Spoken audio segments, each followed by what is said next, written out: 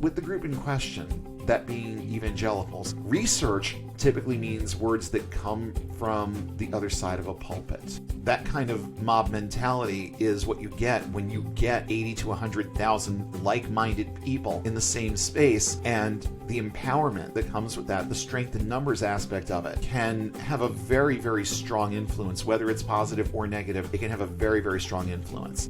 That's what evangelicals do today. They lean on their own understanding of things that are based on really bad sources of information, like their pastors. The agenda wins out every single time. And in this instance, the anti-vax agenda will result in deaths if left unchecked. Lots of deaths. There is no trace of the virus in the vaccine, live or dead, period. You cannot get COVID from the vaccine. Welcome to Unbound, a podcast for new atheists and lifetime atheists, ex-evangelicals, truth seekers, and free thinkers. There is life after faith. And life here is good. It's time for a new perspective. And a better conversation. I'm Spider. And I'm Shell. And it's time to get unbound. Ponder with me the irony of a group of people who serve a savior who they believe at some point stretched out his arms on a cross, took nails in his wrists and in his feet to save them from the musings of his megalomaniacal father, who had definite unchecked anger management issues and narcissistic tendencies. Yeah. And yet those same people won't take a jab to the arm to save the society that they live in. Yeah. This is what we're talking about tonight. I'm Spider. And I'm Shell. And tonight we are going to be talking about the subject of anti-vaxxers.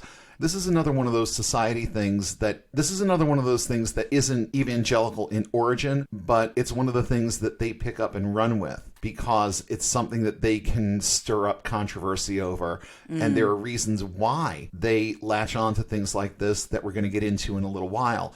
First, I wanted to say thanks for coming back. We did take last week off. Spider just needed a little bit of a brain break, and that was what it boiled down to.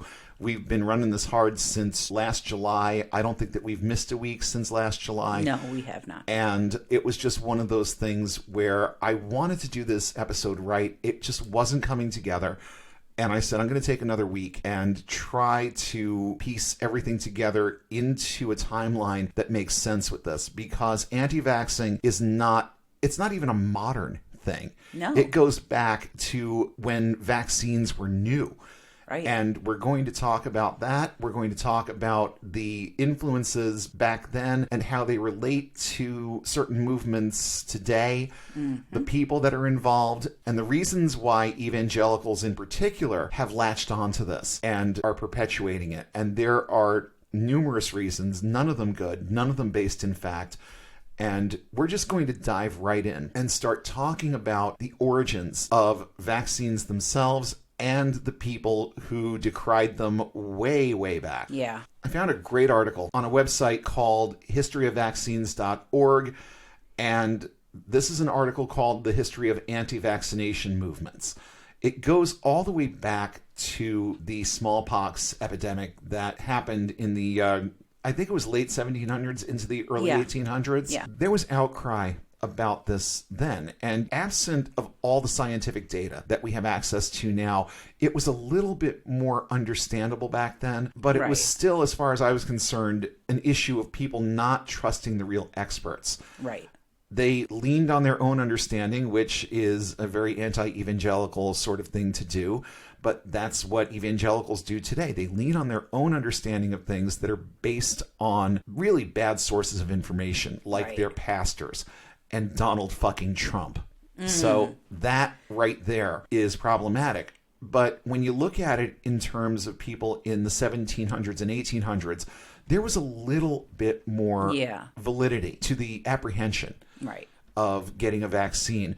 But it all started with an English physician and scientist named Edward Jenner, and he developed the vaccine for smallpox. He discovered that children could be inoculated from smallpox using the lymph from an infected person who had been vaccinated at least a week earlier, and also from the pus from cowpox blisters from cows. The lymph was harvested from smallpox blisters and applied to scores in the arm skin, which acted as a primitive vaccine. And I just wanted to read a little bit. It's kind of a lengthy quote from the article, and this is this is from another article from a website called verywellhealth.com, also covering the history of the anti-vaccine movement. And I just wanted to read this directly because I feel like the article says it better than I could. And it also gives you an idea of how far back the apprehension over vaccinating goes and what people were willing to do to make their voices heard and not get a vaccine. Quote, even before Edward Jenner began his landmark efforts to develop a smallpox vaccine in the 1790s, the practice of variolation, inoculating an uninfected person with pus from someone with smallpox, was used for centuries to prevent the disease in Africa, China, India, and the Ottoman Empire. In fact, Onesimus, an African slave, was said to have taught Cotton Mather, the Puritan pamphleteer, about the technique as far back as 1706.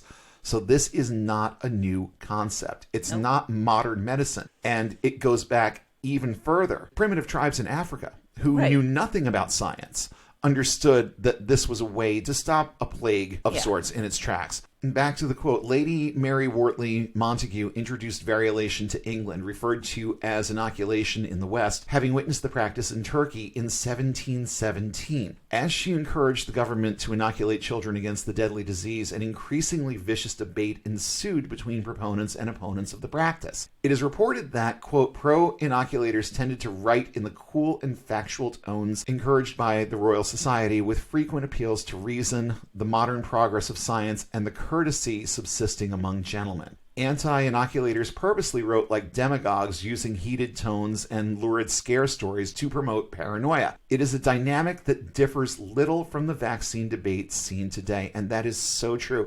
How many times have I said it on this show? People are not all that different from each other, and we don't change much. There are very, very few variations in the way that we think about things. Different cultures will have different spins on these things, and they'll think about them from different angles, but these types of thoughts permeate us as a species. It has nothing to do with culture. It has to do with our DNA, the way that we are wired to think. So the arguments that were made for this way back then mirror pretty closely the arguments that people make about it today. Back to the historyofvaccines.org article. Some of the reasons why people were against the smallpox vaccine. Now, this is all going to sound very familiar. It's going to sound very familiar. Super familiar. Local clergy called it, quote, unchristian. Why? Because it came from cowpox blisters and shouldn't enter the human body because it came from an animal. I'm sorry, but does that principle apply to your lunch? I'm asking for an omnivorous friend. Is that okay? If we keep eating meat, we can put that in our body, but we can't use the pus from a cow to keep from getting a deadly disease.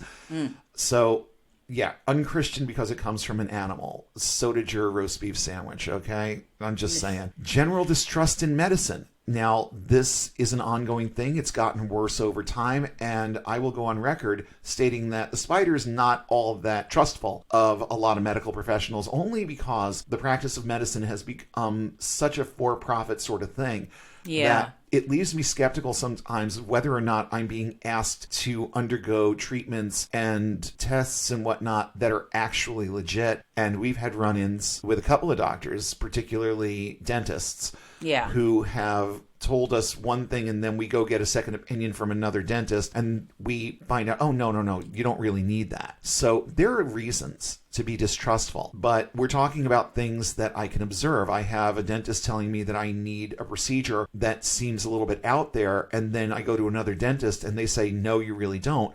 Well, what am I supposed to glean from that? What am I supposed to glean from the advice that I got from that first dentist? It sounds more to me like they're trying to pad the bill than they are trying to help me. So I get this. And this is kind of where my headspace is. I'm not very trustful of doctors and the medical community in general, but I also understand that if I get sick, like when I had my kidney stones, I need them. And there are things that are necessary, and there are things that you really should be doing if your doctor tells you to do them. But if it seems a little bit out there, then I always say get a second opinion, and that's not just me. I've been hearing that phrase since I was little, to, always get a second opinion, especially on something that is serious, that's going to cause you to, have your lifestyle interrupted if you follow that advice. But again, when we're dealing with people who lived in a world that didn't have modern medicine, didn't have all the scientific data that they could just look up and figure out for themselves whether or not something was legit, I completely get this too. They also talk about people spreading a rumor that smallpox was the result of, quote, decaying matter in the atmosphere. And there were other primitive conspiracy theories that revolved around that. Then there was the question of personal liberty. And where have we heard this recently? Oh, boy. With the whole anti-masking thing. It's a violation of my personal liberty. Well, again, what about my liberty? Because your liberty ends where my nose begins. But that's neither here nor there. People will stand up for their right to do whatever they want with their body. And as we can see, this is definitely not a new thing either. Directly from the article, the Vaccination Act of 1853 ordered mandatory vaccination for infants up to 3 months old, and the Act of 1867 extended this age requirement to 14 years, adding penalties for vaccine refusal. I'm on the fence about that. Yeah. I'm really on the fence about it. On the one hand, some people need to be policed, and they need to be parented into doing the right thing. But on the other hand, there is the whole notion of this is my body. Right. And I get both sides of it. But when you're dealing with something that could potentially kill a lot of people, I can absolutely see a local government or even the federal government stepping in and saying, okay, well, you know what? We're not going to give you a choice on this. This is something that you need to do. But as soon as you go from policy and law to actually invading someone's body with a foreign substance, that becomes problematic.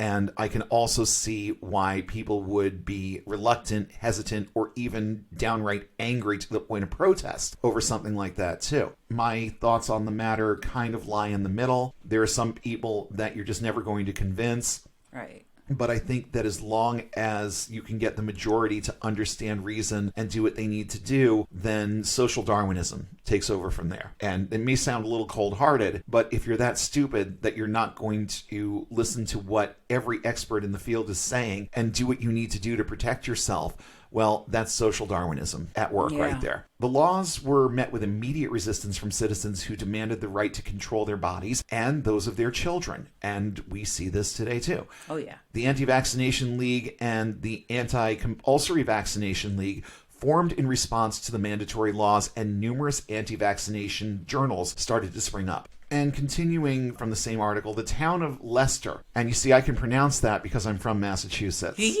okay, was a particular hotbed of anti-vaccine activity and the site of many anti-vaccine rallies. The local paper described the details of a rally as, quote, an escort was formed, preceded by a banner to escort a young mother and 2 men, all of whom had resolved to give themselves up to the police and undergo imprisonment in preference to having their children vaccinated.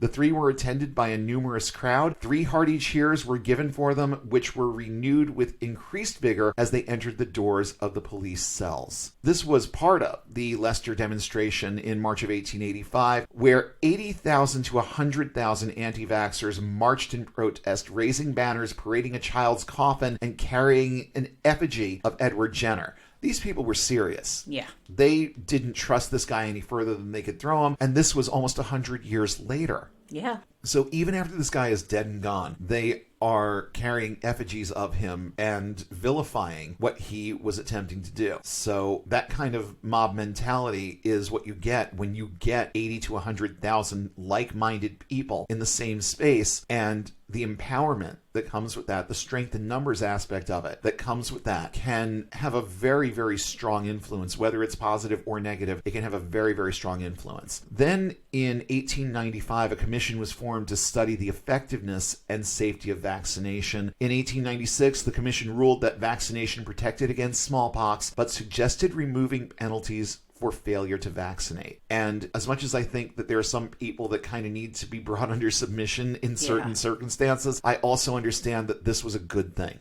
Yeah. Removing that was definitely a good thing. The only problem is that now you are at the mercy of whether or not they're going to listen to reason now that they've gotten their way. And that does happen. Yeah. That does happen. Once you give somebody their way, and it's not the us versus them thing that it was before, it can have a neutralizing effect. And it can make that person start thinking a little bit more about the issue. And it can make them start thinking less defensively and more pragmatically about the issue too. So there are good things that can come out of both sides of that. You tell people that they have to get a vaccine and more people are inoculated from a deadly virus. You tell people that they don't have to, and now all of a sudden it's their choice, and sometimes they'll make the right one.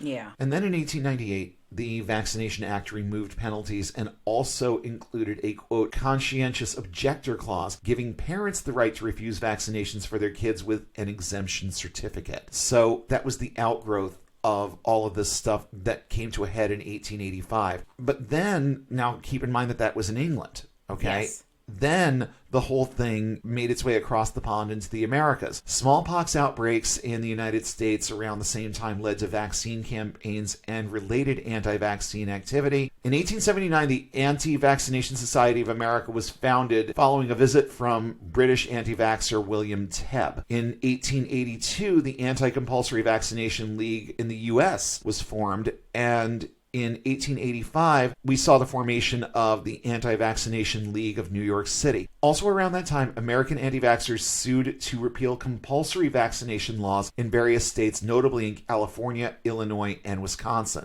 In 1902, Cambridge, Massachusetts mandated a smallpox vaccination for all city residents. Henning Jacobson refused vaccination under what would become the My Body, My Choice mantra that we hear today on issues that range from abortion to masking to vaccination, in point of fact. The city filed criminal charges against him, and he lost his battle in court. He then appealed the decision to the U.S. Supreme Court, who in 1905 found in favor of the Commonwealth, ruling that compulsory laws could be enacted to protect the public in instances of outbreaks of communicable disease. Yeah. So there's that whole double-edged sword thing going on right there. It's kind of a damned if you do, damned if you don't sort of situation, because if you let it go unchecked and enough people opt out, then a lot more people are going to die. But when you start putting people in jail for not complying or fining them for not complying, then that breeds civic unrest. Yeah. So it's kind of a double-edged sword, but at the same time, sometimes, as the saying goes, desperate times call for desperate measures, and that's what this was. It was a desperate measure to get people to comply so that this thing could be stopped. Right. So we're going to fast forward a little bit, about 70 years, right into the mid-1970s, with the diphtheria, tetanus, and pertussis vaccine controversy. Mid-1970s, controversy over the DTP vaccines arose throughout Europe, Asia, Australia, and of course in North America, because that's what we do. In the UK, there was opposition in response to a report issued by the Great Ormond Street Hospital for Sick Children in London. The report claimed that 36 children had adverse neurological reactions following DTP immunization. There were television documentaries and numerous print media reports drawing public attention and inciting hysteria. An advocacy group called the Association of Parents of Vaccine-Damaged Children, or the APVDC, formed as the result of the reports also and generated even wider public reactions that ranged from concern to hysteria. Vaccination rates in the UK went way down, of course, and then came three major whooping cough or pertussis epidemics. The UK formed an independent expert advisory called the JCVI, the Joint Commission on Vaccination and Immunization, and the commission once again confirmed that the vaccinations were safe. But a breach in public confidence, this time, was actually started within the medical community. In the late 1970s, certain surveys of medical providers in the UK showed that some doctors were reluctant to recommend across-the-board immunization for all patients. Then Dr. Gordon Stewart published several case studies that he believed linked neurological disorders with the DTP vaccine. The JCVI countered with the National Childhood Encephalopathy Study, which concluded that risk of neurological disorders might not be nil, but was in fact very low risk, much lower than anti-vaxxers like Dr. Stewart wanted the public to believe. This led to a nationwide campaign in the UK to educate the public and answer a list of major concerns from the standpoint of science. What a novel idea. I know, right? The APVDC continued clogging the courts, seeking personal injury-related compensation. I mean, I'm just thinking about these shark lawyers. that Yeah. buy time on daytime television when I'm reading this. But they were seeking personal injury-related compensation, but were unsuccessful owing to the sheer lack of evidence linking the DTP vaccine to any kind of harm to the health and well-being of the recipient. The U.S. controversy began when the national media drew attention to the same alleged risks of DTP that had been refuted and proven false overseas. In 1982, a documentary titled DBT Vaccination Roulette was produced and released describing allegations of adverse reactions to the DTP vaccine and effectively downplayed any reporting of the benefits of getting it. Then we jump forward a few more years to 1991, and there's a book titled A Shot in the Dark that once again attempted to assert various risks with the vaccine. Parents formed victim advocacy groups to keep the vaccine away from their children, but scientific bodies like the CDCP and Academy of Pediatrics presented strong counter-arguments. Boy, this just keeps getting worse, doesn't it? It does. And you can see how it snowballs over time, too. Yeah. But, I mean, when you think about it, back in the 1800s, they managed to get 100,000 people, or around 100,000 people, to rally against vaccination.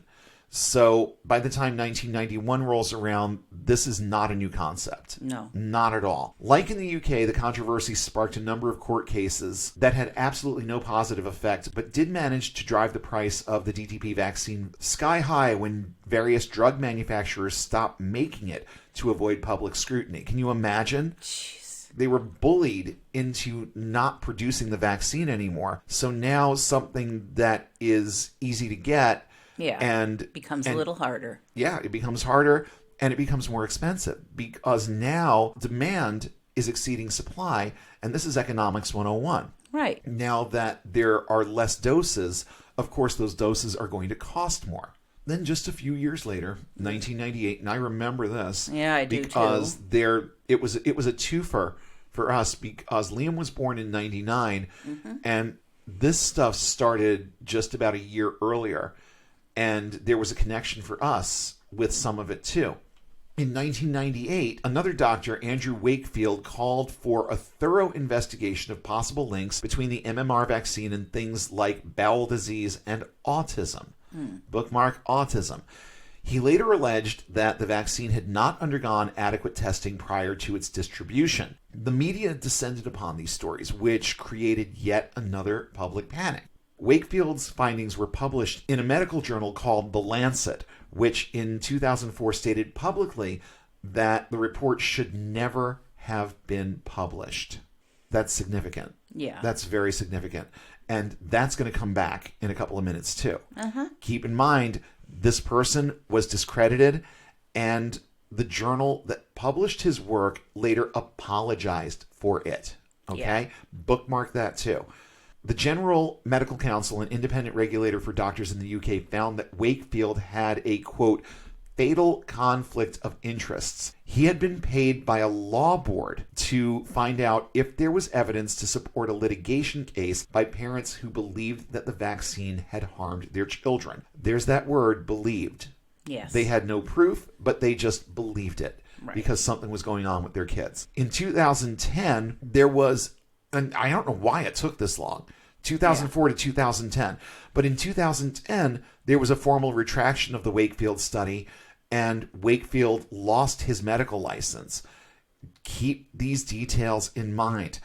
In 2011, BMJ publishes a series of reports that showed that Wakefield was guilty of scientific fraud by way of falsifying data, and that he saw potential for personal gain by making his false claims. No study since has found any link whatsoever between the MMR vaccine and autism. And while we're on the subject of autism, let's talk about Thimerosal. Thimerosal was also a point of controversy surrounding vaccines and autism in the late 90s into the early 2000s. It's a preservative that has now been phased out of newer vaccines that came under a lot of scrutiny but had nothing but anecdotal evidence to back up the claims. But here's how that one panned out. In 1999, leading public health organizations called for the reduction and eventual elimination of Thimerosal, quote, as a precautionary measure. You can read that as there was enough public outcry, we're going to take this out of here to shut people up. but there was nothing wrong with it. You can read that as, look, kids need these vaccines, and we don't want parents having any excuse not to give them. But the preservative was not in any way, shape, or form harmful. No. In 2001, the Institute of Medicine's Immunization Safety Review Committee issued a report stating that there was not enough evidence to either prove or disprove that thimerosal causes autism or any of the other things it was blamed for, like hypersensitivity disorder or speech and language delay, both of which are features of people on the autism spectrum as well. Now, today, thimerosal is still a thing, but you can only find it in certain flu vaccines. We don't hear anybody talking about flu vaccines causing autism or doing bad things to people. The worst thing that's going to happen to you is you might get a little bit sick, but you're not going to get the flu because the flu vaccine does not contain a live virus. Right. You're not going to get the flu from a flu vaccine, but your body learning how to process the data from that vaccine could have some side effects, just like the vaccines for COVID, which we will talk about in a little while. Although the time periods have changed, the emotions and deep-rooted beliefs, whether philosophical, political, or spiritual, that underlie vaccination opposition have remained relatively consistent since Edward Jenner introduced the vaccine. Now let's talk about a wonderful human being named Jenny McCarthy. There have been a number of celebrity anti-vaxxers. You can Google who they are. There have been a few. That's not a huge list, but there have been a few. But none of them ever had a bigger voice than Jenny McCarthy. For those who don't know, Jenny McCarthy found her spotlight first as a Playboy centerfold in the 1990s. She has tried her hand at acting, hosting talk shows, game shows, etc. She's done a bunch of shit since. Her involvement in the anti-vax movement started around 2007, and she takes many of her cues from Andrew Wakefield. There's that name again. Remember I said bookmark all of that stuff? Oh, yeah. Discredited, lost his medical license. His report is removed from the medical journal that published it, and there was an apology. And yet, years later, many years later at this point, here's Jenny McCarthy looking at this guy like he's some kind of a god. She also likes to talk about how she, quote, cured her son's autism, which, as a parent of a now autistic adult, I find patently offensive. Autism is not a disease. Nope. Let's just make sure that we've made that clear. Autism is not a disease. It can't be cured because it doesn't need to be. Right. It's a different way of thinking, period, end of story. And because it makes us uncomfortable as a society to try to relate to people who are on the spectrum, we tag it with words like disorder. Right. Autism spectrum disorder. I don't even like that word. No, it's not a disease. It's not a disorder. It's just the way certain people think. Yeah. And that's that.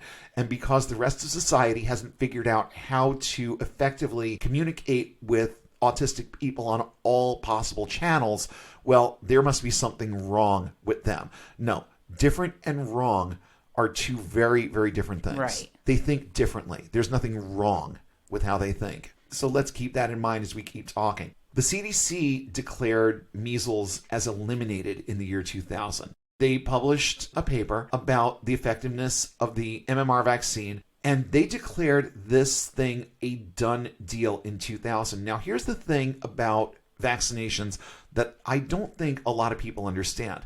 When they say that this was eliminated, what they meant was that they had a surefire, foolproof way of keeping it from growing and spreading. But the pathogens that cause all of these diseases, measles, polio, you name it, they're still here. Yeah. They're not around. Going anywhere. It's just that we don't get affected by them if we are smart enough to get the vaccines. Right. And most of the time they're talking about the United States or the developed world. Right. If you go to a third world country or someplace that doesn't have clean water or adequate food or adequate medicine, you're going to find stuff like polio. You're going to find stuff like smallpox even. Which is why, by law, you have to be vaccinated against a lot of those things before you go there. Right. If you are going to go to some tribe in, the jungle somewhere that has never, seen people, other people, Which is a bad idea. Which is a bad idea to begin with. But if you're going to go there, you'd better be inoculated against all of those things. Right, because they don't want you bringing it back here. Right. So in that instance, it's mandatory and needs to be, because there's no necessity, quote unquote necessity, in making a trip like that. No. When you're talking about parents and their kids who are just living in England, let's say, then that's a much more gray area. But when it comes down to, I'm going to leave my country and go someplace else and then potentially bring something like this back, oh no, we can't have that. Because let's just look at COVID. Yeah. And what happens when someone from the other side of the world gets on a plane and gets off in a U.S. city, and now all of a sudden we're all wearing masks for a year. By the time this is all over, it'll be about 2 years that we're going to have to all mask up. Okay? And that's all it takes. So in that instance, it's not just a good idea. It is mandatory. And in certain instances, it is a matter of international law. Yeah. So, I mean, I don't think that you can even buy a plane ticket to certain places if you cannot prove that you've been inoculated against this, that, and the other. Right. So there goes your chance to spread it right there. They won't even let you on the plane. But getting back to the point that I was making before, the CDC declared measles eliminated in 2000. But current numbers, and by current, this was an article from 2019, I think, showed over 700 cases of measles in the U.S. alone, the highest number since 1994. Yeah. So who are these people? They're children of anti-vaxxers who are getting this. In a 2010 statement, McCarthy openly voiced her support of Dr. Wakefield. 2010, when did all of this stuff go down? When did they finally get around to issuing a formal statement decrying what this guy had to say? Yeah, they retracted the Wakefield study in 2010, and he lost his medical license in 2010. So that was in 2010. But here's Jenny McCarthy pushing back. Yeah. These things were happening at around the same time. But you see, just like a lot of people, she heard what she wanted to hear. She believed what she wanted to believe. And the naysayers were just, I don't know what goes on in the minds of some of these people who just completely reject what the real experts have to say for their own opinions or the things that they believe. But we're not even talking about an evangelical here. We're just talking about somebody who thinks like one. Yeah. And she went as far as to say that Dr. Wakefield was being discredited to prevent an historic study from being published. And she went on to describe him as, quote, one of the world's most respected and well-published gastroenterologists. He was neither. In 2013, she joined The View as a co-host. And this started a firestorm of criticism from journalists, doctors, and other actual experts in the fields of vaccination and autism research. They rightly feared that giving her that kind of a mouthpiece would lead to the further spread of errant information on vaccinations. And that came from an article from archives.cjr.org. And again, link's going to be in the show notes. But I also found another interesting bit from insider.com. In a letter to ABC at the time, Slate writer Phil Plait said that, quote, Ms. McCarthy is a vocal activist for highly dangerous health ideas, including the mistaken belief that vaccines cause autism. While the world suffers outbreaks of measles and pertussis, Ms. McCarthy continues to advocate against vaccines.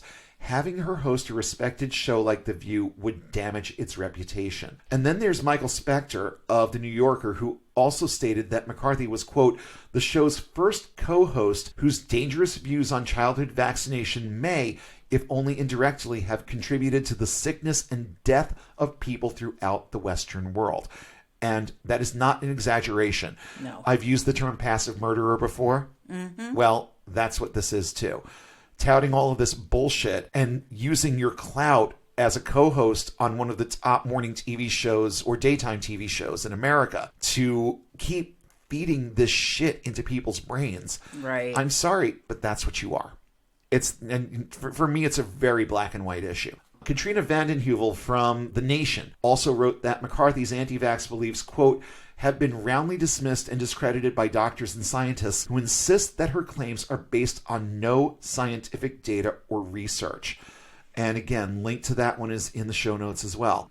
Now, I want for us all to bookmark this as a precursory comment on the dangers of belief as it relates to this subject.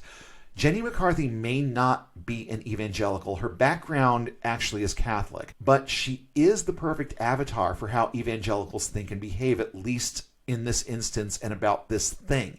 Right. Even with the truth literally in front of her in black and white, she chooses to believe the charismatic, self-proclaimed expert over the sound findings of trusted medical and scientific bodies on at least 2 continents. And I'll add to that list of adjectives opportunistic, because it was a very opportunistic thing that Wakefield did. She also has enough momentum behind her to fuel widespread rejection of sound, observable scientific evidence in favor of messaging based on nothing more than the signature emotionalism and sensationalism that drives evangelical thought and behavior. It's nice to know that her stint on The View was relatively short. Barbara Walters couldn't put up with her bullshit and was vocal about not wanting her on the show anymore. And when you have to choose between the trusted opinion of a reputable journalist with decades of experience behind her and someone who got her claim to fame showing her tits in Playboy, then who are you going to side with at that point? One significant thing that I have learned about evangelicals is that their specific agenda is a very small platform. Their key initiative is spreading their beliefs and continuously broadening their audience to reach more people with their messaging. They almost never start conspiracies. Instead, they latch onto things that already have widespread attention throughout society and perpetuate the worst kinds of thinking about them.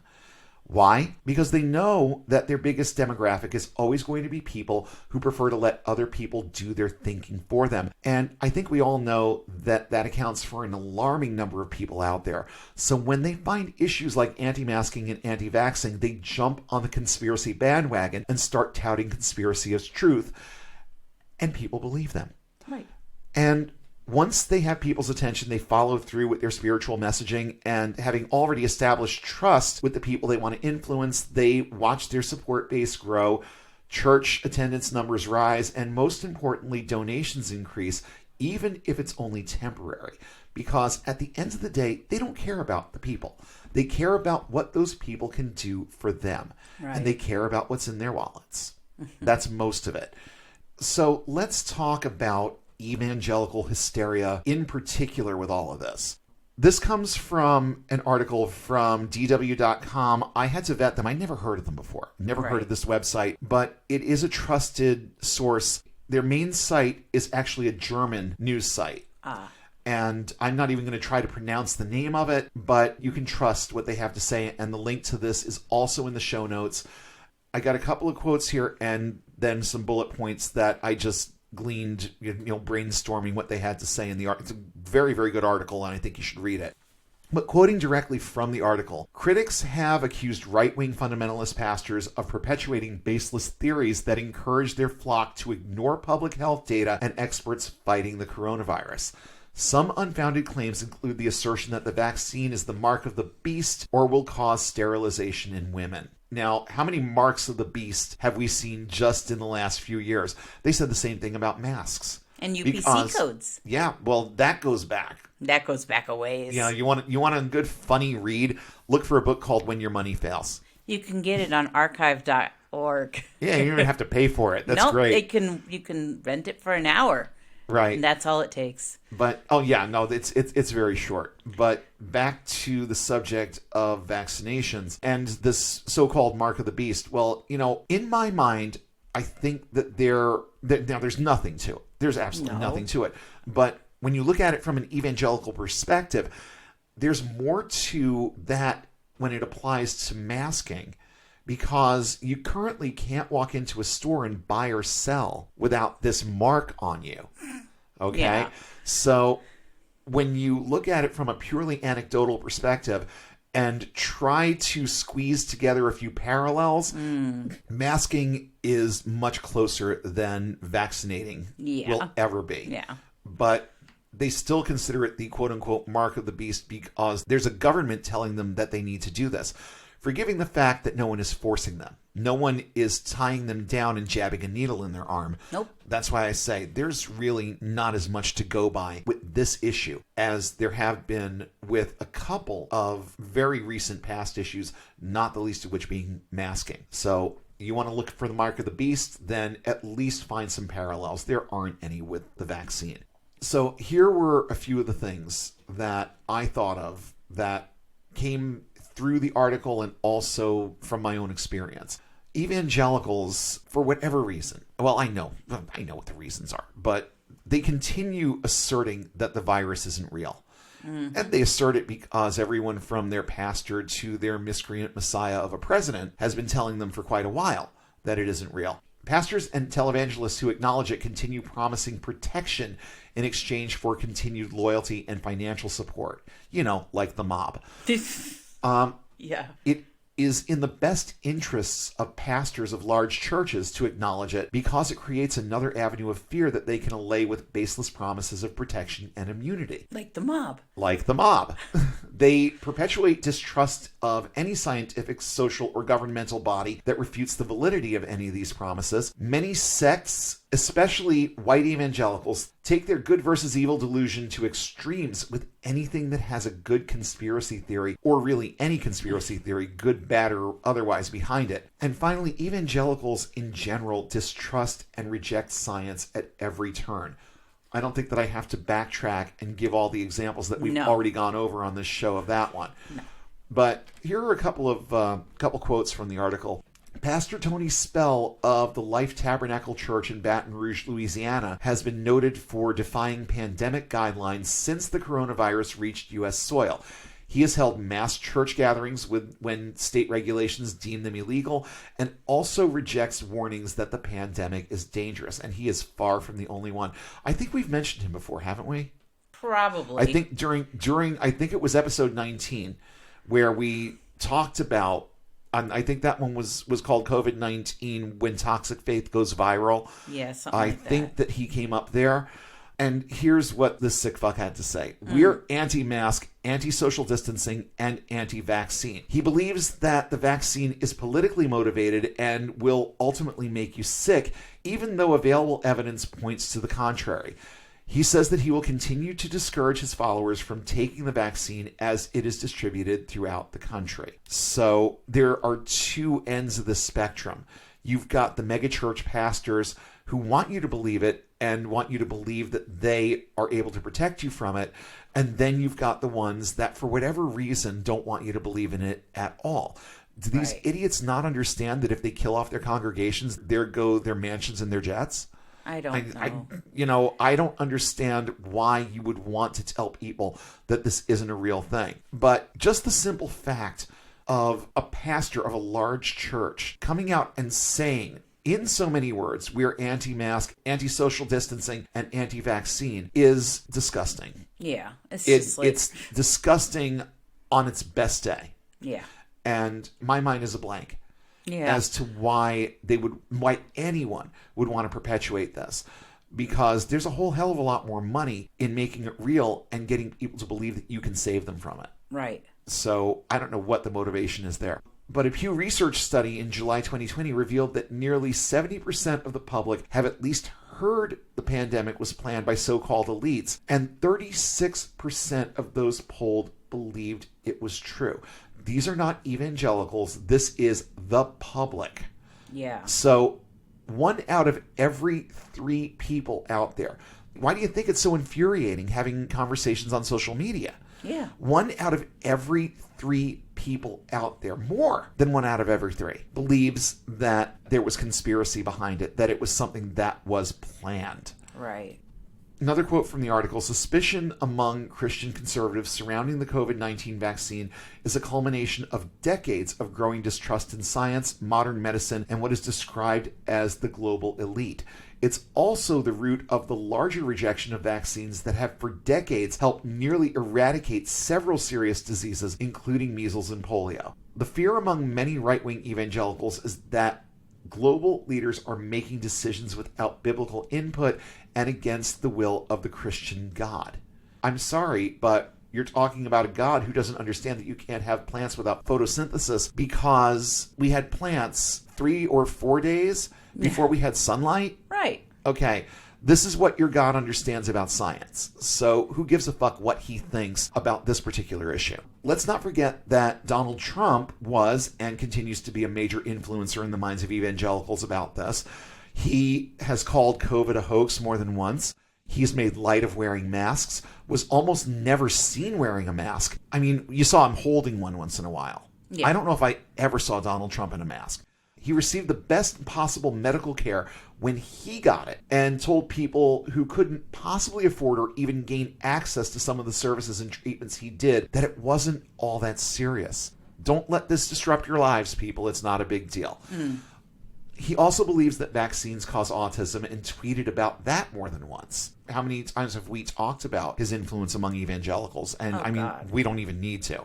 Evangelicals have been perpetuating a multitude of conspiracy theories about the vaccine beginning in summer of 2020 when the major vaccines currently available were still largely in various stages of testing and development.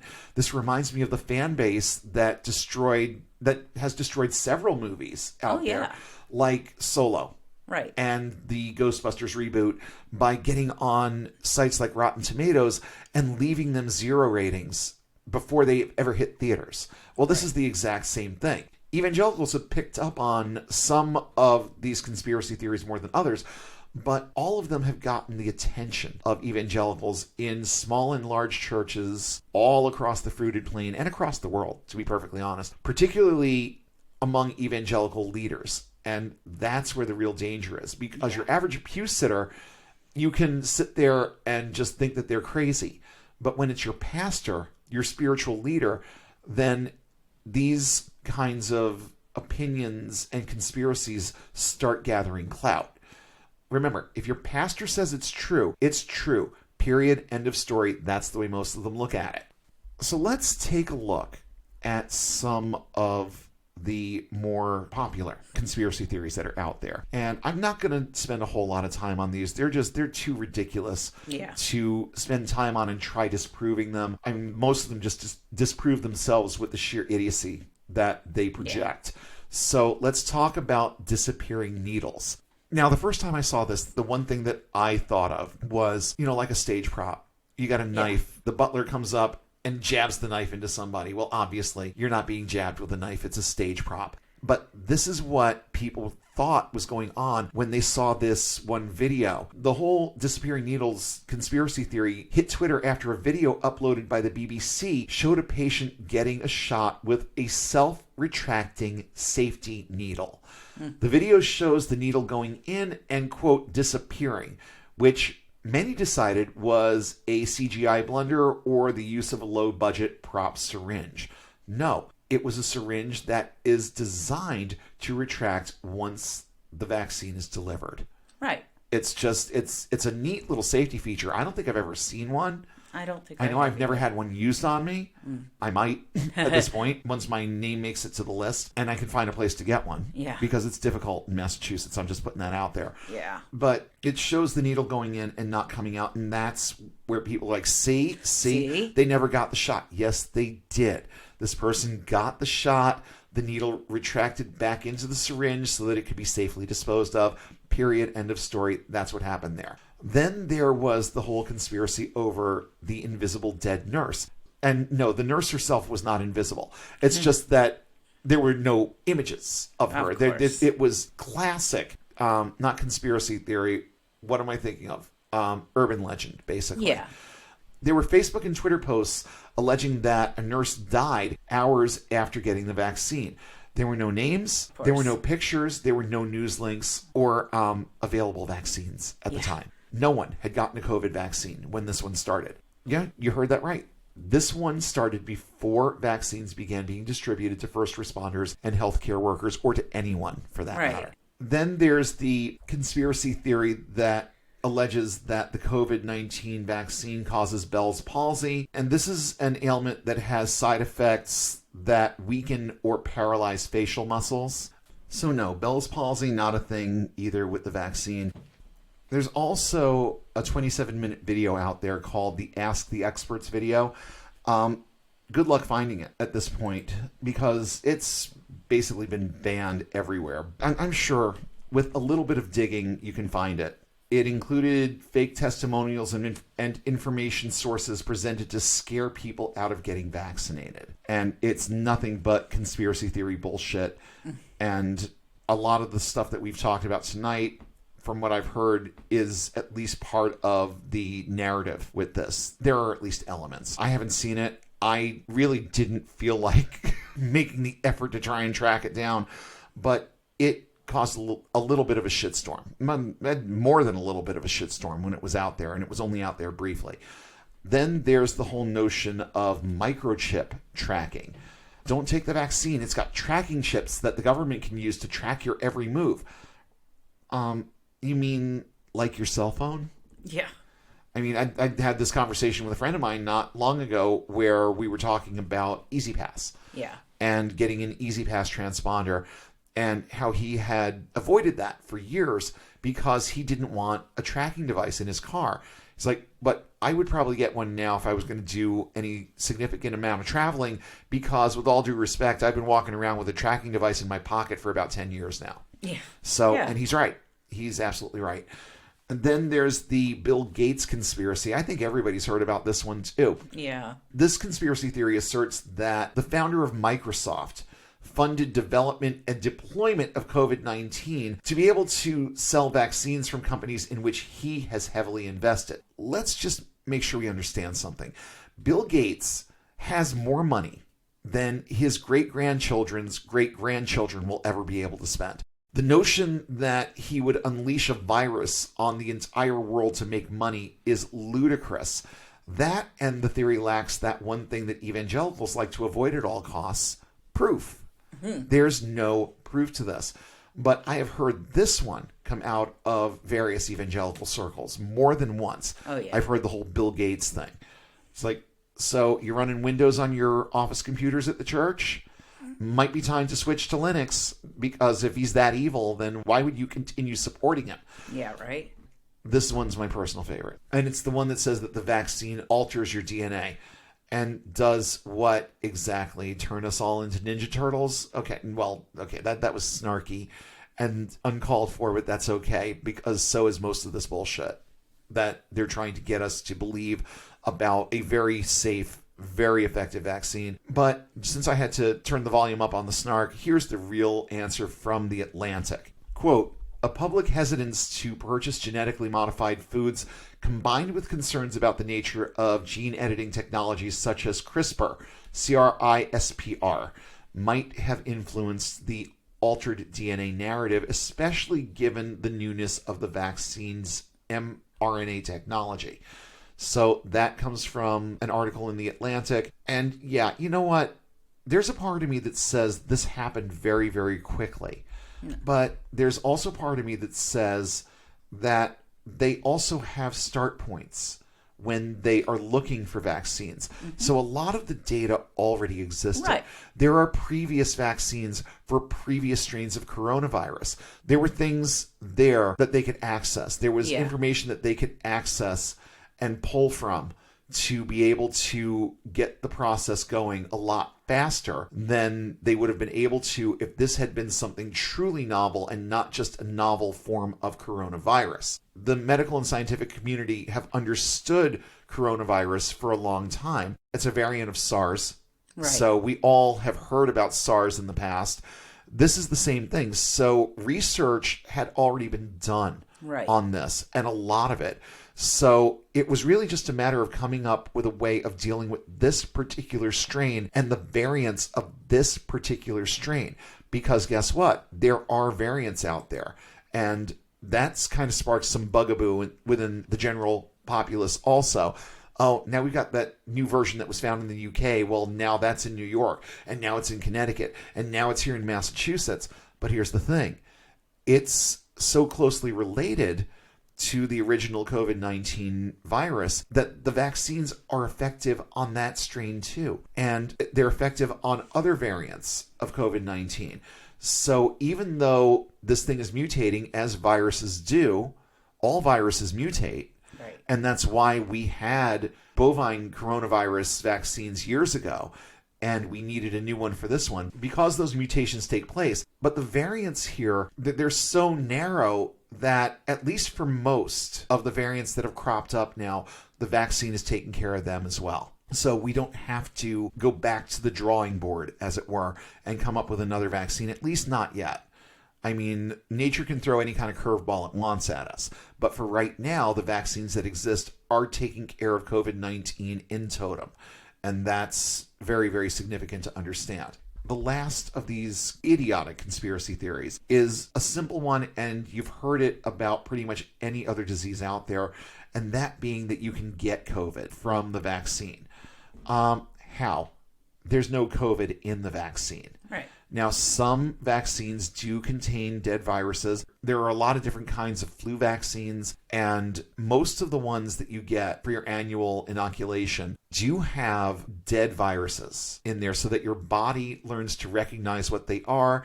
Your body starts to recognize the proteins and starts building antibodies so that if the live version of it shows up in your blood, it knows what to do with it. And that's the way that vaccines are supposed to work. They're supposed to teach your body how to deal with these foreign bodies that come in. So, no, you cannot.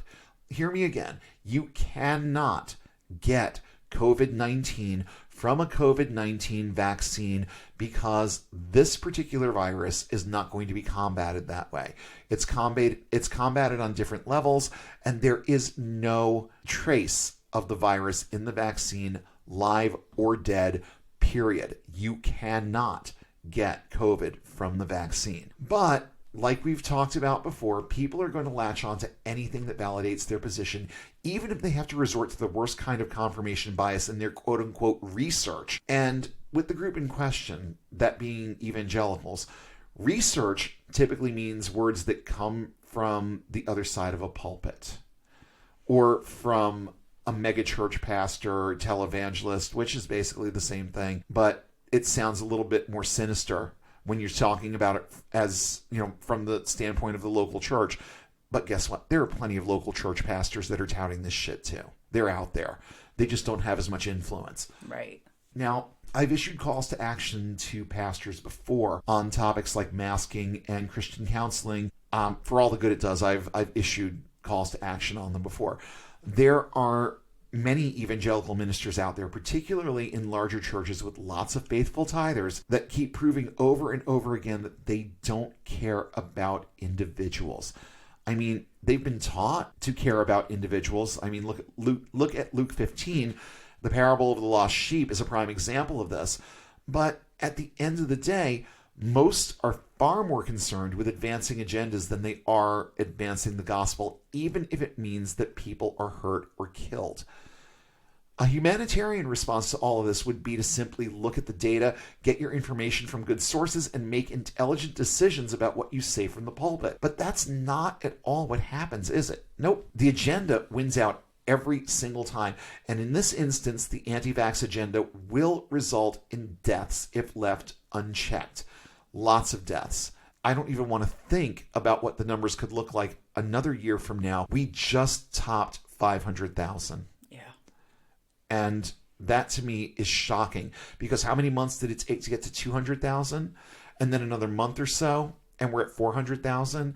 And now another month in, and we're at 500,000. 500,000 people have died. How many is enough? And why the fuck will you not let somebody jab your arm so that you don't get it and you don't spread it? It Right. makes no sense to me. People, just hear this. Here, if you heard nothing else this entire hour or so, hear this. The vaccines are safe. They have some side effects, and some that I've read about that are not entirely pleasant. They mimic things that will make you feel like you're sicker than you are, and could scare you into believing that you have this thing. Although most of the symptoms and side effects that I have read about with the COVID-19 vaccine don't really fall in lockstep with what the classic symptoms of COVID-19 are. No. And when your body reacts to the vaccine this way, that is your cue that your body is learning how to fight this virus.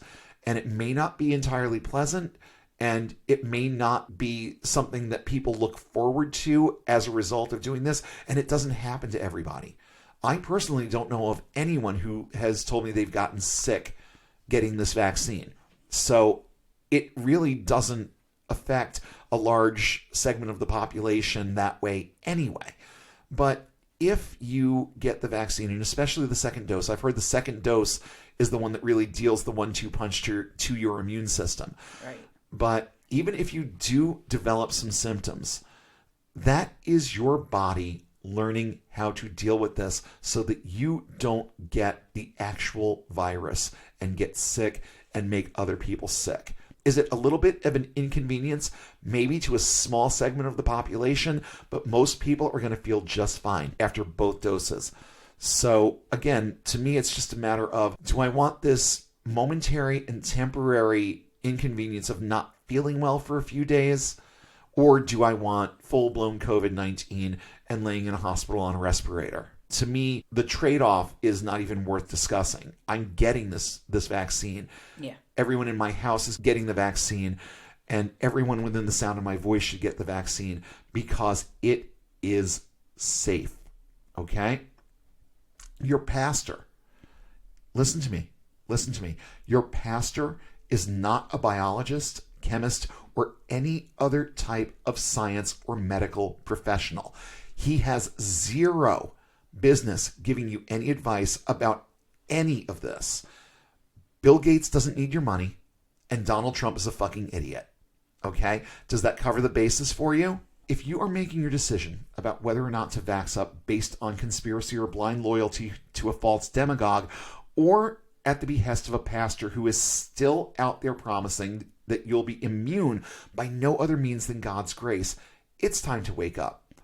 The numbers are dropping rapidly in locales that have easy, consistent access to the vaccines. They're few and far between, but they're out there. And also in Europe, they're seeing drastic declines in the numbers of cases as more people get vaccinated. That's just the simple truth of the matter. And while current projections seem to indicate another summer of masking up at the beach, this can and should be done by the end of the year if we all pull together and do what we need to do to keep ourselves and others around us safe.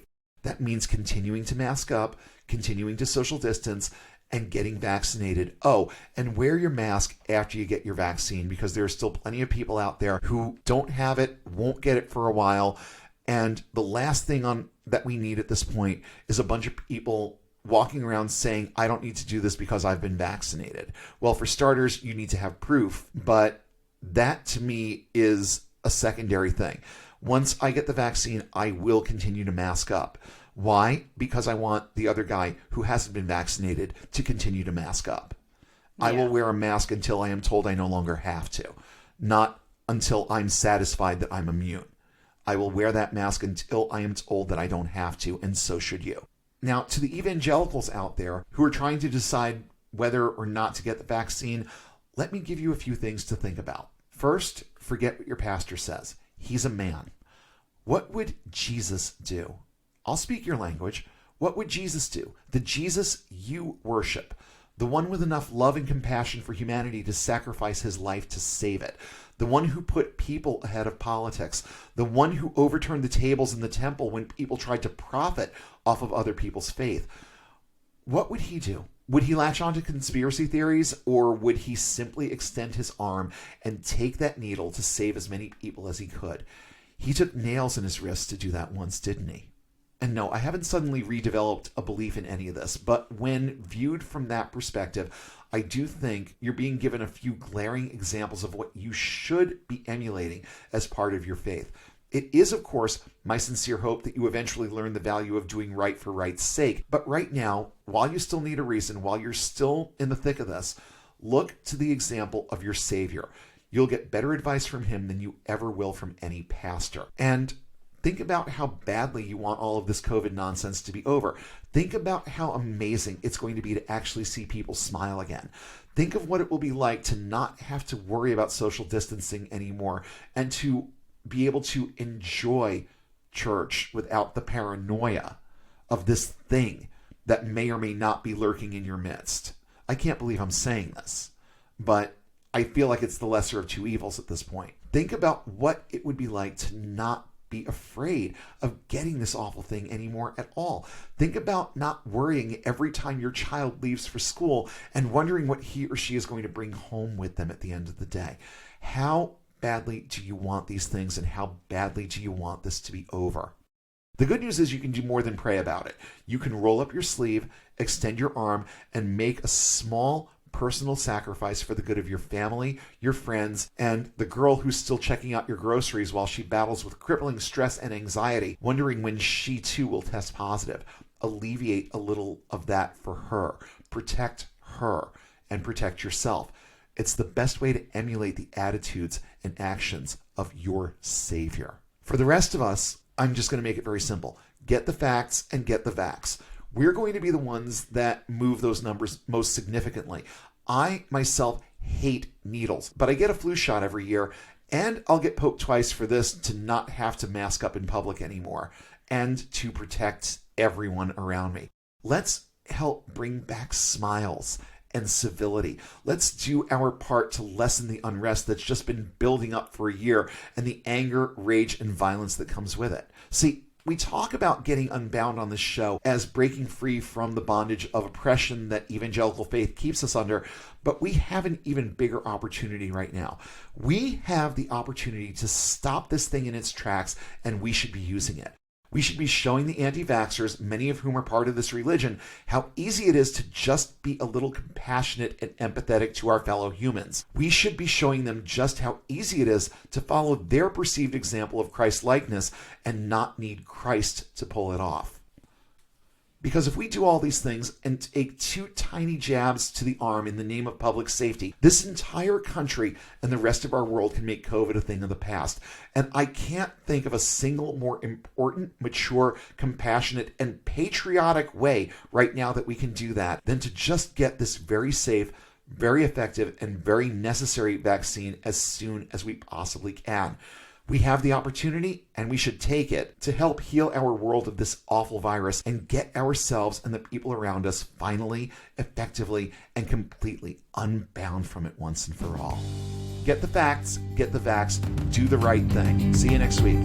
We hope you enjoyed this episode of Unbound. Show topics are chosen based on their timeliness, relevance, and social impact. Have suggestions for future topics? Email us at unbound.podcast.network@gmail.com with all your comments and feedback. Please don't forget to like, share, and throw a few 5-star ratings our way, and follow us on all major social platforms. And don't forget to hit subscribe if you haven't already. Links to our social pages, as well as a full list of cited sources in today's episode, are listed in the show notes, available at our website, getunbound.org. That's get-unbound.org. If you value this resource and would like to see it continue, please consider supporting us on Patreon at the link in the show description. And be sure to check for new updates every Sunday when we'll come together again and take one more step toward getting and staying unbound.